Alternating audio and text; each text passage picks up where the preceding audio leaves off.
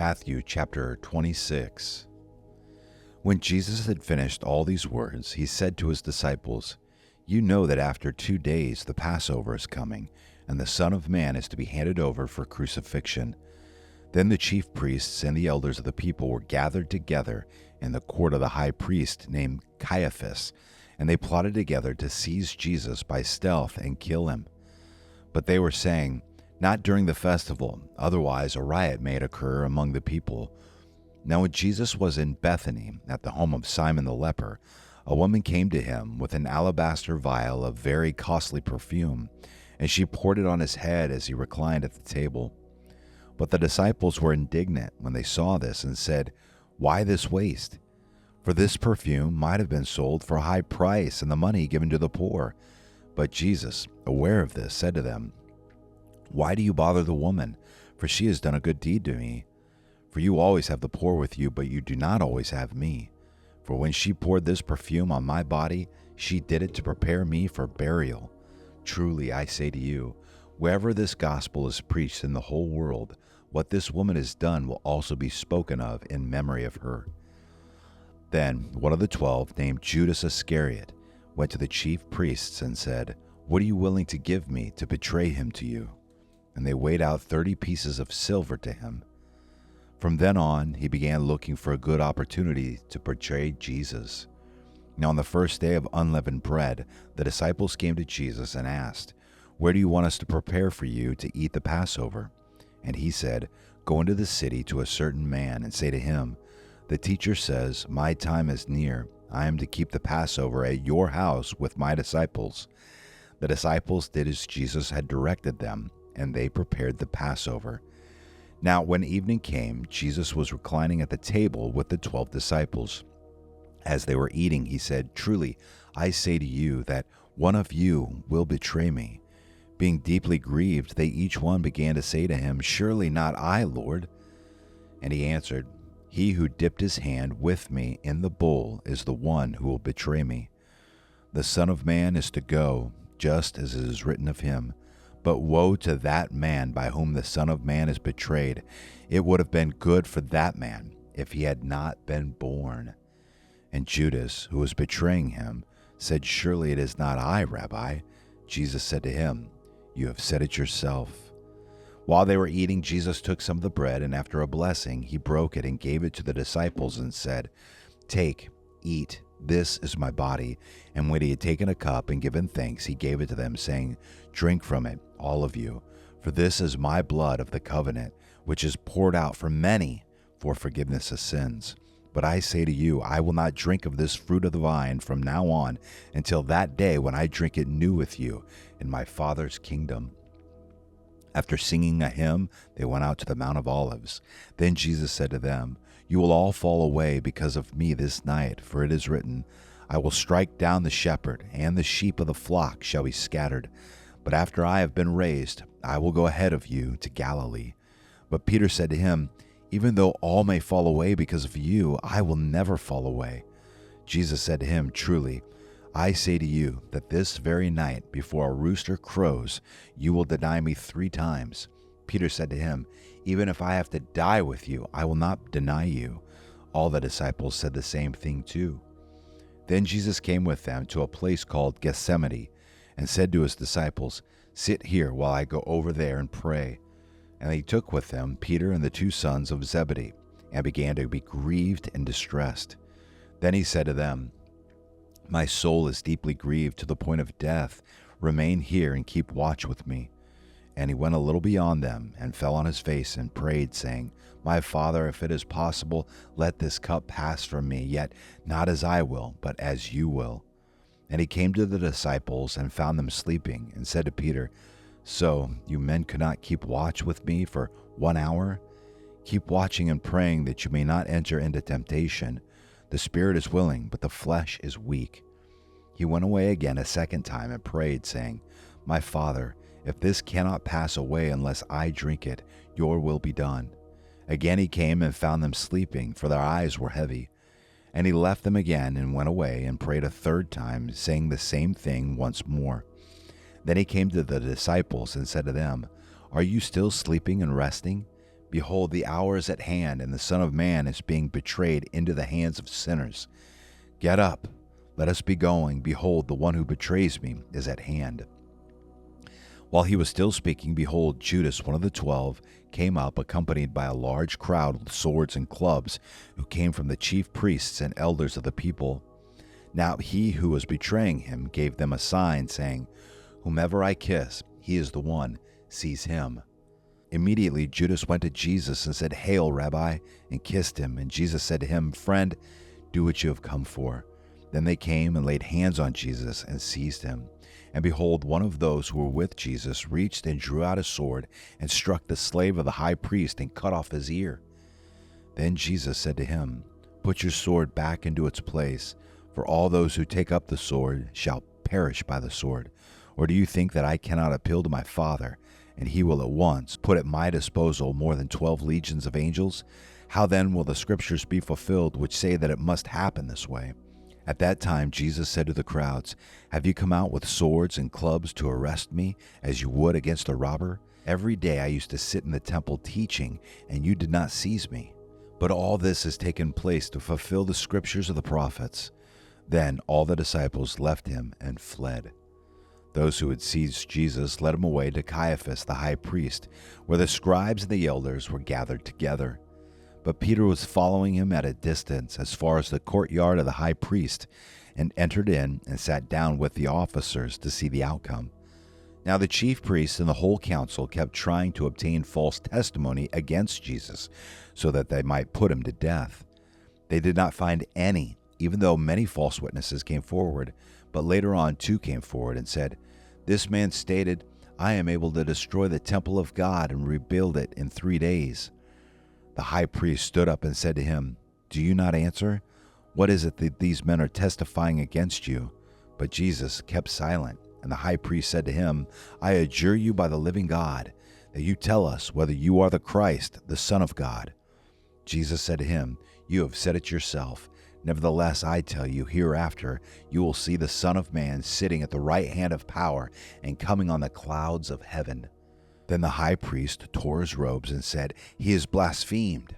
What further need do we have of witnesses? Behold, you have now heard the blasphemy. What do you think?"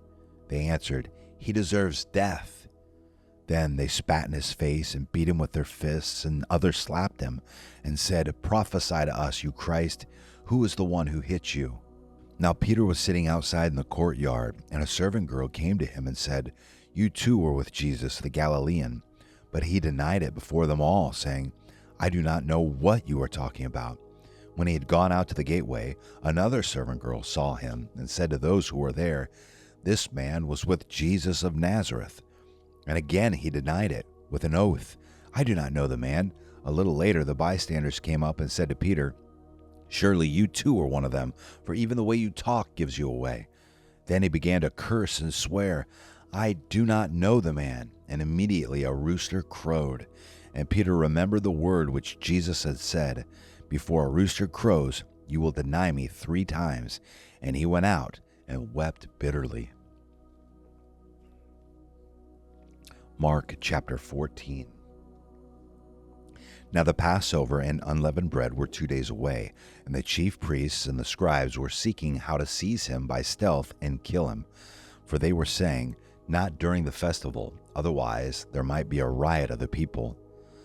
While he was in Bethany at the home of Simon the leper, and reclining at the table, there came a woman with an alabaster vial of very costly perfume of pure nard, and she broke the vial and poured it over his head.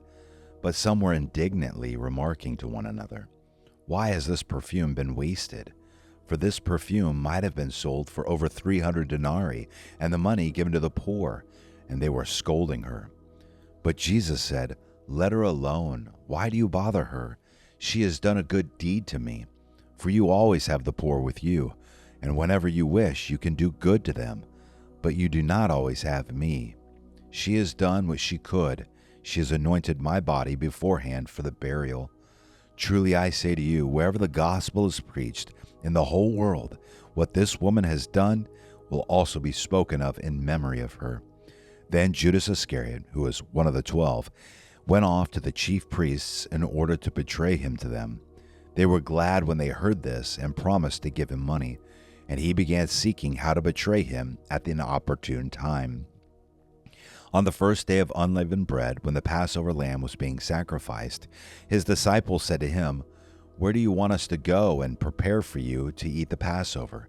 And he sent 2 of his disciples and said to them, "Go into the city, and a man will meet you carrying a pitcher of water. Follow him, and wherever he enters, say to the owner of the house, 'The teacher says, where is my guest room in which I may eat the Passover with my disciples?' And he himself will show you a large upper room, furnished and ready. Prepare for us there." The disciples went out and came to the city and found it just as he had told them, and they prepared the Passover. When it was evening, he came with the 12.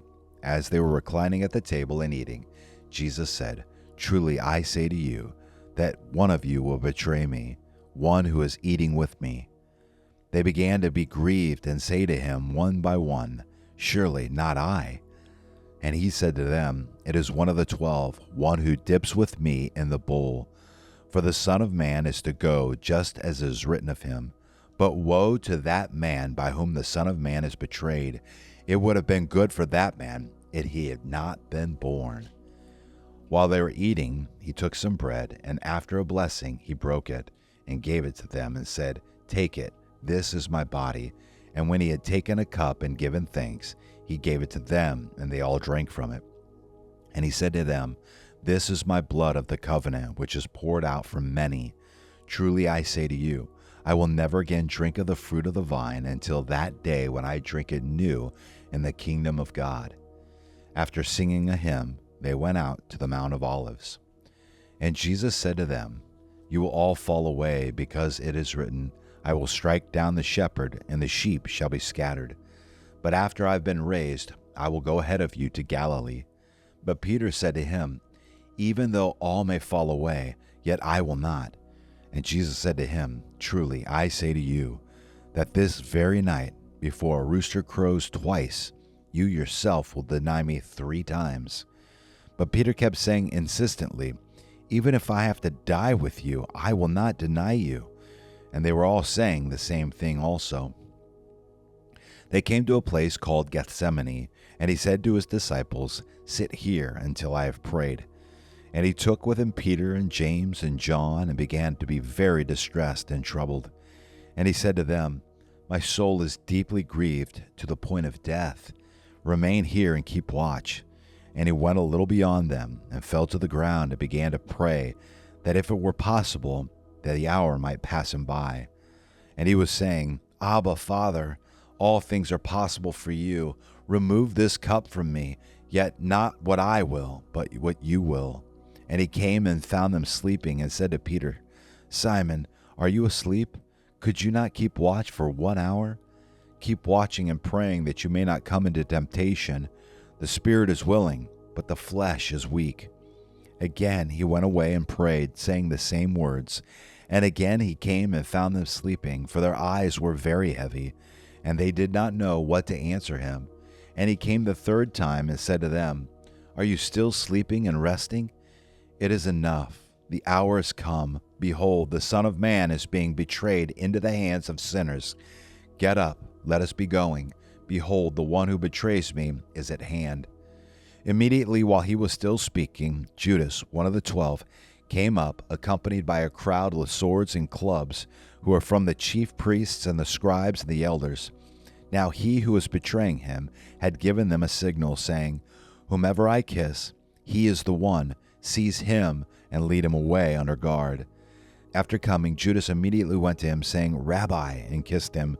They laid hands on him and seized him. But one of those who stood by drew his sword and struck the slave of the high priest and cut off his ear. And Jesus said to them, "Have you come out with swords and clubs to arrest me as you would against a robber? Every day I was with you in the temple teaching, and you did not seize me.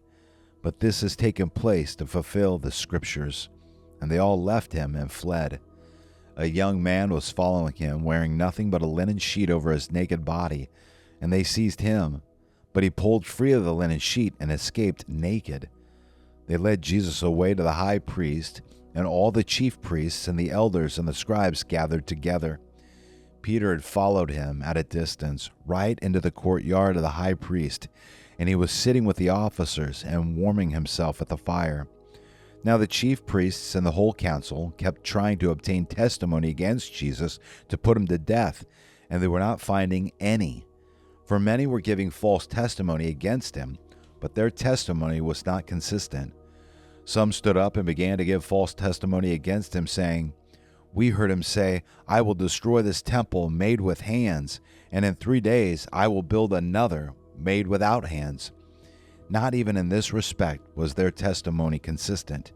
The high priest stood up and came forward and questioned Jesus, saying, 'Do you not answer? What is it these men are testifying against you?' But he kept silent and did not answer. Again, the high priest was questioning him and saying to him, 'Are you the Christ, the Son of the Blessed One?' And Jesus said, 'I am, and you shall see the Son of Man sitting at the right hand of power and coming with the clouds of heaven.' Tearing his clothes, the high priest said, 'What further need do we have of witnesses? You have heard the blasphemy. How does it seem to you?' And they all condemned him to be deserving of death. Some began to spit at him, and to blindfold him, and to beat him with their fists, and to say to him, 'Prophesy.' And the officers received him with slaps in the face. As Peter was below in the courtyard, one of the servant girls of the high priests came, and seeing Peter warming himself, she looked at him and said, 'You also were with Jesus the Nazarene.' But he denied it, saying, 'I neither know or understand what you are talking about.' And he went out onto the porch. The servant girl saw him and began once more to say to the bystanders, 'This is one of them.' But again he denied it. And after a little while, the bystanders were again saying to Peter, 'Surely you are one of them, for you are a Galilean too.' But he began to curse and swear, 'I do not know this man you are talking about.' Immediately a rooster crowed a second time, and Peter remembered how Jesus had made the remark to him, 'Before a rooster crows twice, you will deny me 3 times.' And he began to weep.